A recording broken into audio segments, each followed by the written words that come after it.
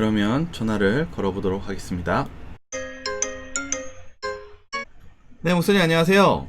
대총회 소속으로 지금 목사님께서 이 캄보디아의 가마력 센터를 이제 사역하고 계시는데요. 이제 캄보디아라는 이곳에 또 지금 이제 코로나로 상황이 어떤지 좀 궁금하네요. 캄보디아는 확진자 수가 한 240명 정도 됩니다. 다른 나라를 비해서는 좋은 편이라고 하는데 사실 문제는 검사를 전혀 안 하고 있습니다.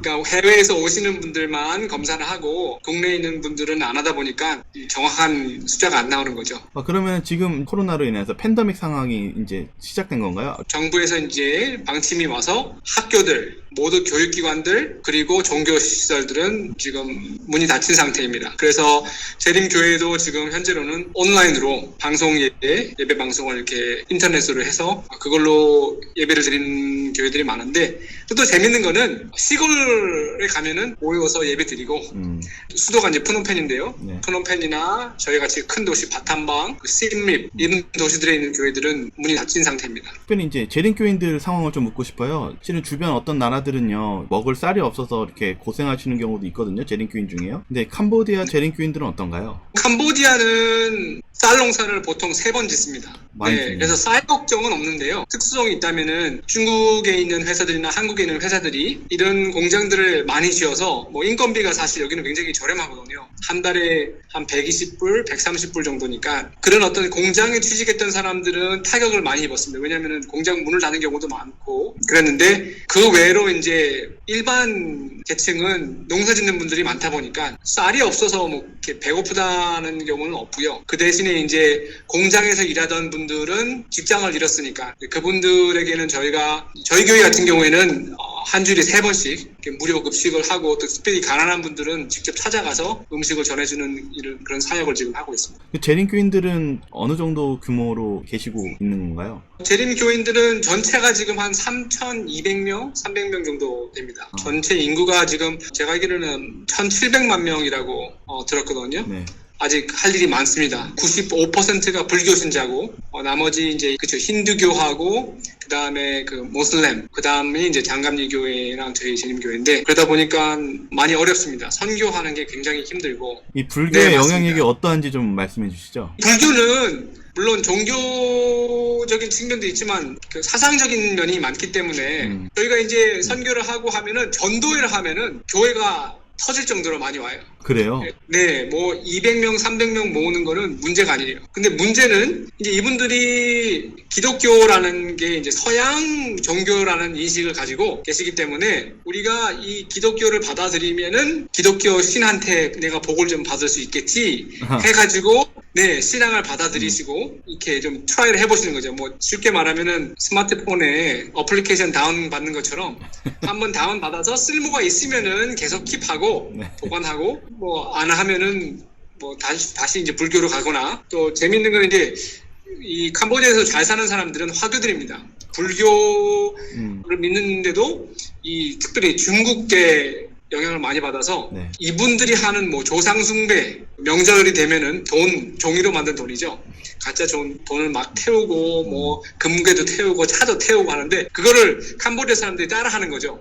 자기네들도 그렇게 하면 복을 받을까 해서. 그게 참 쉽지 않은 것 같아요. 이게 이 제자 훈련이라든지 그런 걸로 잘 연결되지 않은 한은, 보통 캄보디아는 교인들이 교인 되는 거는 쉽게 교인이 돼요. 2-3개월 안에 떨어져 나가는 사람들이 굉장히 많은 거죠. 그러면 어쩌면 호기심에 그러니까 들을 수 있는 마음문은 열었지만은 되게 다양한 신들을 그냥 다 믿는 그런 신앙을 하고 있군요. 저희가 그거를 이제 가르치는데도 밑에 깔려있는 사상이다 보니까 이 변하는 게 굉장히 어려운 것 같습니다. 또 목사님 이제 특별히 이제 캄보디아에서 하시고 있는 이 가마력 센터, 지금 하시는 선교에 대해서 좀 소개해 주시죠. 바탐봉에 선교사로 2016년에 왔습니다. 저희가 맡은 직책은 가마력 센터, 이곳에서 어학원, 그리고 음악학원, 그다음에 건강식당, 그다음에 체육관, 피트니스 센터죠. 그리고 이제 의료 진료실을 운영하는 것이 저희의 일이고, 사실 건물이 완성된 거는 한 1년밖에 안 됐습니다. 이제 가마력 센터가 어떤 곳인지, 이런 것들이 어떤 선교가 되는지 그런 부분들이 좀 궁금하거든요. 가마력 선교 센터는 쉽게 말하면은 사람들을 만날 수 있는 장소를 만드는 거예요. 예를 들면은 몸이 약한 분들이 저희 식당에 오셔서 건강 음식을 드시면서 저희가 이제 요리 강습이라든지 세미나를 통해서 그분들이 어떻게 하면 건강한 삶을 살 수 있을지, 영어나 한국어나 또 뭐 중국어를 배우고 싶은 사람들은 이곳에 와가지고 언어를 배우면서 예수님의 말씀을 배울 수 있는 기회를 만드는 거죠. 사실 가마력 센터를 만들게 된 동기는 캄보디아에 있는 대다수의 재림교회 성도들은 솔직히 말씀드리면 가난한 분들이 대다수입니다. 그러다 보니까 1년 10일금 다 모아도 거의 2억 정도밖에 안 돼요. 뭐 한국의 교회 한 교회 예산밖에 안 되는 거죠. 11금이라든지. 네, 그래서 많이 어렵습니다. 그래서 가마력 센터를 대총회에서 바탄봉에 세우게 된 동기는 굉장히 투자를 많이 했습니다.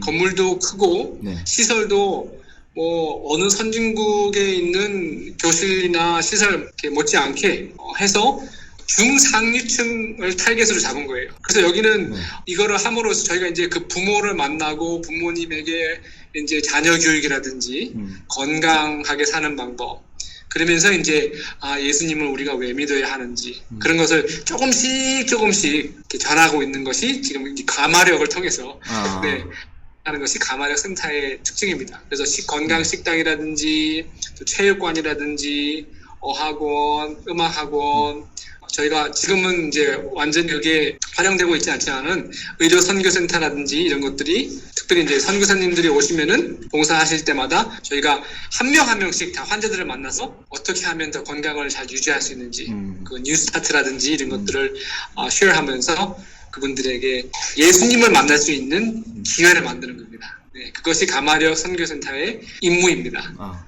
이제 참 이렇게 듣다 보니까 신선한데요. 학생들이 한 100여 명 정도 된다고 처음에 말씀하셨잖아요. 그러면 그분들이 네네. 대부분 비신자들 학생들이 이렇게 지원한 학생들인가요? 맞습니다. 다 불교 신자들이 대다수고요. 간혹가다 뭐 일요일 교회 다니는 청년들도 있긴 한데 네, 그런 학생들이 와서 이제 배우는 거죠. 보통 음악을 배우는 아이들은 부모님이랑 같이 오는 경우가 많습니다. 어린아이들이 많아요. 그러다 보니까 부모님이 같이 따라와야 되는 거죠. 데려다 주러. 그러면 저희 센터에 공원처럼 네. 운동기구도 만들어 놓고 또 축구장도 있고 해서 침례탕으로도 쓰기는 하지만 연못 같은 네. 이런 게 있어서 아주 좋아해요. 그래서 거기서 어떤 분들은 도시락도 먹는 분도 계시고 어떤 분들은 앉아서 쉬는 분도 계시고 네. 네, 그럴 때 이제 목사님이 슬그머시 가가지고 이제 대화를 나누는 거죠. 어디서 오셨습니까? 어떤 일을 하고 계십니까? 해서 이제 굉장히 친한 이런 관계를 갖게 하고 예수님을 또 소개할 수 있는 기회들을 찾는 겁니다. 체육 시설이 있다고 들었어요. 네네. 그 부분도 좀 한번 설명해 주시죠. 네, 체육 시설은 우리가 한국에서 보는 그 피트니스 클럽이나 센터처럼 네, 헬스장이죠, 헬스장. 헬스장, 네, 헬스장인 거죠. 네. 와서 운동하고 네. 또 식당에 가서 건강한 이제 녹즙도 마시고 또 이제 건강 세미라든지 그런 거 하면 이제 참석하고 그렇게 계속해서 이제 만날 수 있는 기회를 만드는 겁니다. 그러면 그렇게 하시다가 이제 예배까지 오시는 분들도 좀 계신가요? 캄보디아 사람들이 보통 보면은 순진한 분들이 참 많은 것 같아요. 마음이 그래요? 착하고, 네. 네, 아주 착하고 옛날 한국 분들처럼 뭐 이렇게 방문을 가면은 밥 먹다가 같이 와서 앉아서 같이 밥 먹자고 하는 분들도 계시고 아주 마음 넓고 네, 넓으세요. 이제 가마력 센터를 운영하면서 교회에 오시는 부모님이 한 세 가정 정도 됩니다. 현재까지. 그리고 또 가마력 센터를 짓다가 일요일교회에서 오시는 일꾼 한 분이 또 침례를 받게 됐고 한 2년 전에요. 그리고 또 다른 한 청년이 또 그분은 기독교 신자도 아니었는데 함께 일을 하면서 너무 마음에 감동을 입어가지고 작년 3월에 우리 재림교회로 들어온 청년이 있습니다. 그래서 이 가마력 센터 때문에 교회에 나오시는 분들이 여러 됩니다.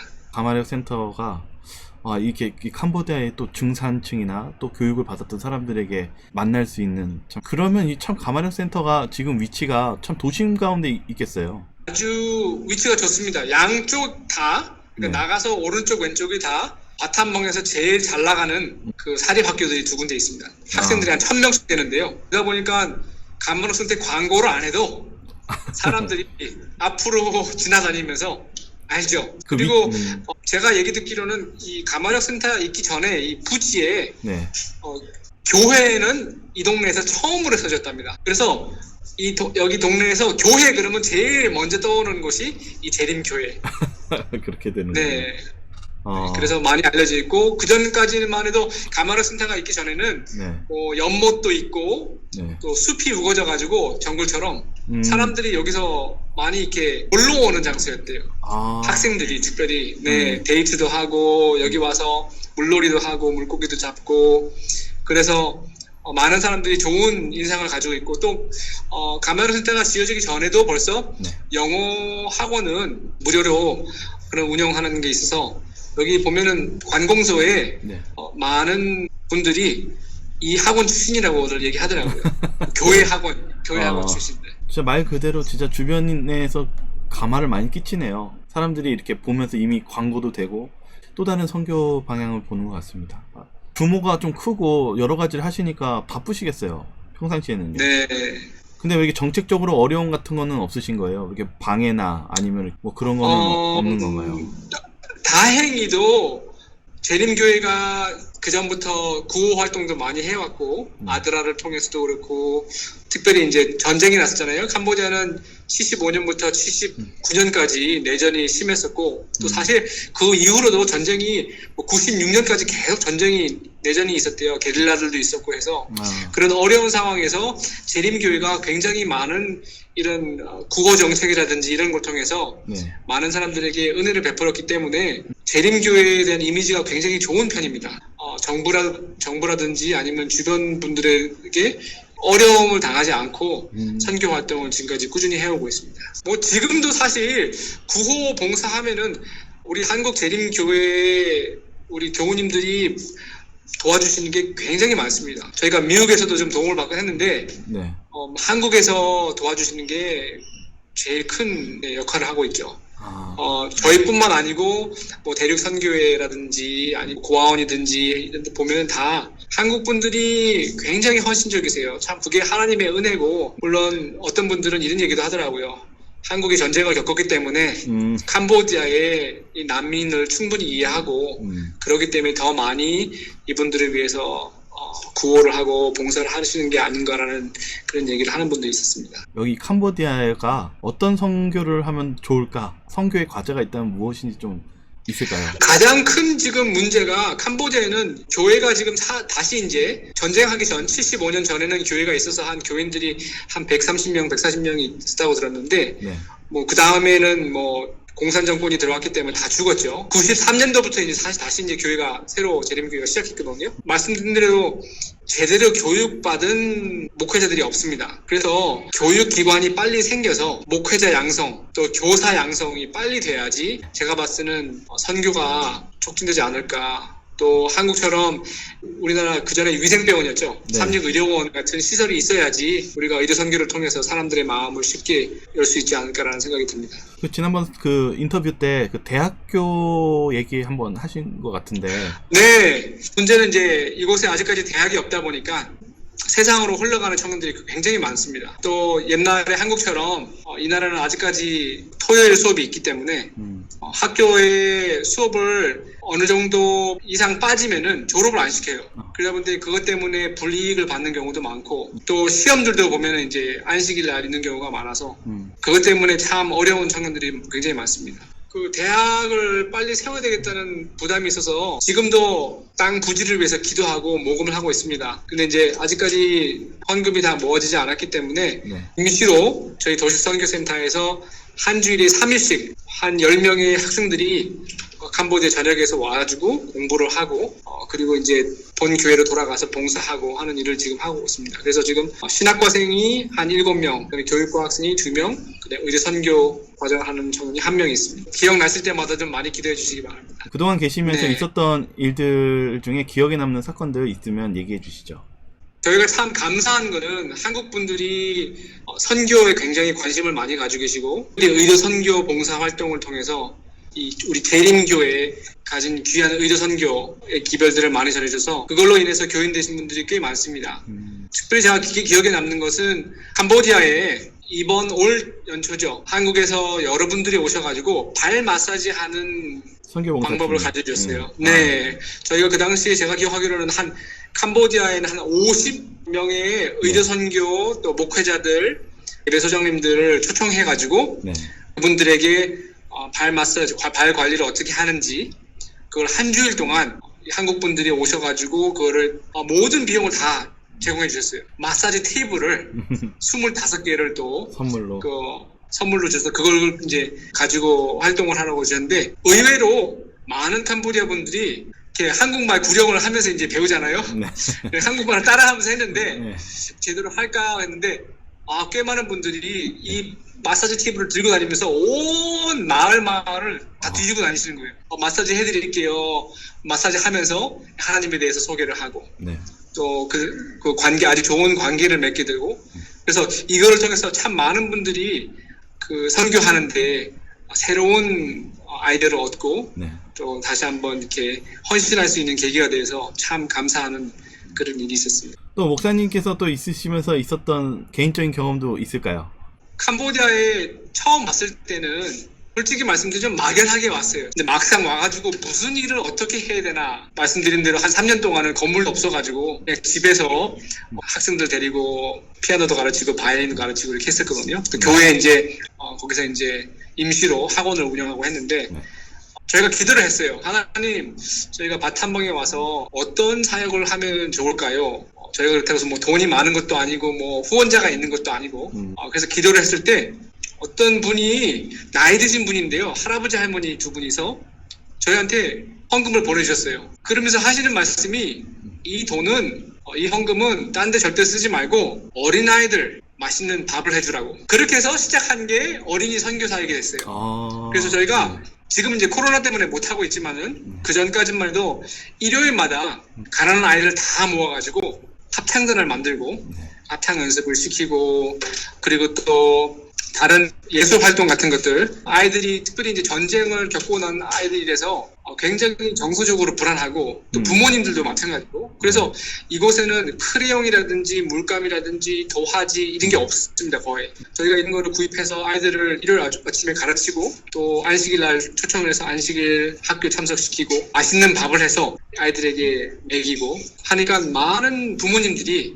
교회를 참석하게 되고, 그런 뜻하지 않은, 저희가 꿈에도 어린이 선교를 할 거라고는 제가 생각을 못했는데, 그런 어떤 하나님께서 섭리하셔가지고 이 할아버지 할머니를 통해서 저에게 지금까지도 지난 한 3년 동안 꾸준히 보내주세요. 많진 않지만은 조금씩 보내주셔서 저희가 지금까지도 어린이 선교 사역을 하고 있습니다. 바탐봉에는 어린이 찬양되는 저희 교회가 유일한 교회인 것 같습니다. 그래서 크리스마스 때 부모님들, 이웃 주민들 불러가지고 거의 뭐 도시가 마비될 정도로 차들이 꽉꽉 타고 한 400~500명이 와가지고 음악 감상을 하고 박수를 치고, 그런 것 때문에 교회 이미지도 많이 좋아졌고 참 하나님께 감사를 드립니다. 캄보디아 가만학센터, 여기에 같이 기도해야 될 제목이 있다면 어떤 기도 제목이 있을까요? 현재로는 지금 캄보디아 정부에서 예배를 드리지 말라고 했기 때문에 저희가 보통 안식일에 모이면 거의 한 80명에서 한 100명 정도 어린아이들까지 포함해서 모이는데, 저희가 처음 왔을 때는 한 어린아이들까지 합쳐가지고 한 30명이 예배를 드렸거든요. 참 지난 한 4년 동안 저희가 하나님의 은혜로 교인들을 숫자도 많이 늘고 했는데, 문제는 이제 최근에는 예배를 못 드리다 보니까 많은 성도님들이 시험에 빠지게 되는 경우도 볼 수 있었고, 그리고 또 학원생들도 저희가 한 100명, 어학원에 한 70명, 그다음에 음악학원에 한 30명 정도 학생들이 있었는데, 지금 학생들도 다 이제 방송으로 하다 보니까 저희가 접촉을 못 하고 있는 상태고, 그래서 저희가 빨리 이 정부의 허락을 받아서 교회를 열고 다시 교인들이 예배를 참석하고 전도회도 하고 의료봉사도 할 수 있는, 모든 모이는 거는 금지되어 있기 때문에 현재 참 많은 어려움이 있습니다. 그래서 이 일을 위해서 특별히 여러분들께서 기도해 주시면 감사드리겠습니다. 목사님, 그리고 마지막으로요. 네. 지금 현재 코로나로 전 세계에 있는 교우님들이 다 힘들어 하시거든요. 힘내라고 한마디 부탁드리겠습니다. 아무도 아마 코로나 때문에 우리가 지금 같은 삶을 살 거라고는 상상을 못했을 것 같습니다. 우리가 말씀을 보면은 이러한 일들이 예수님 재림하시기 전에 꼭 일어날 것이라고 말씀하셨기 때문에 저희는 믿음을 가지고 이것이 예수님의 오심을 알려주는 징조구나 라고 깨닫고, 더 많은 이 선교 활동을 통해서 저희가 예수님의 오심을 촉진시키는 계기가 됐으면 좋겠습니다. 많은 분들이 아프고 힘들고 어려울 때 여러분의 기도와 여러분의 전화 한 통과 위로의 말씀이 그분들에게 큰 위로가 될 것 같습니다. 저희가 이런 기회를 통해서 예수님의 사랑을 나누고 방문을 하고 찾아가고 우리가 할 수 있는 모든 최선의 방법을 동원해서 예수님을 나눌 수 있는 귀한 계기가 되기를 간절히 바랍니다.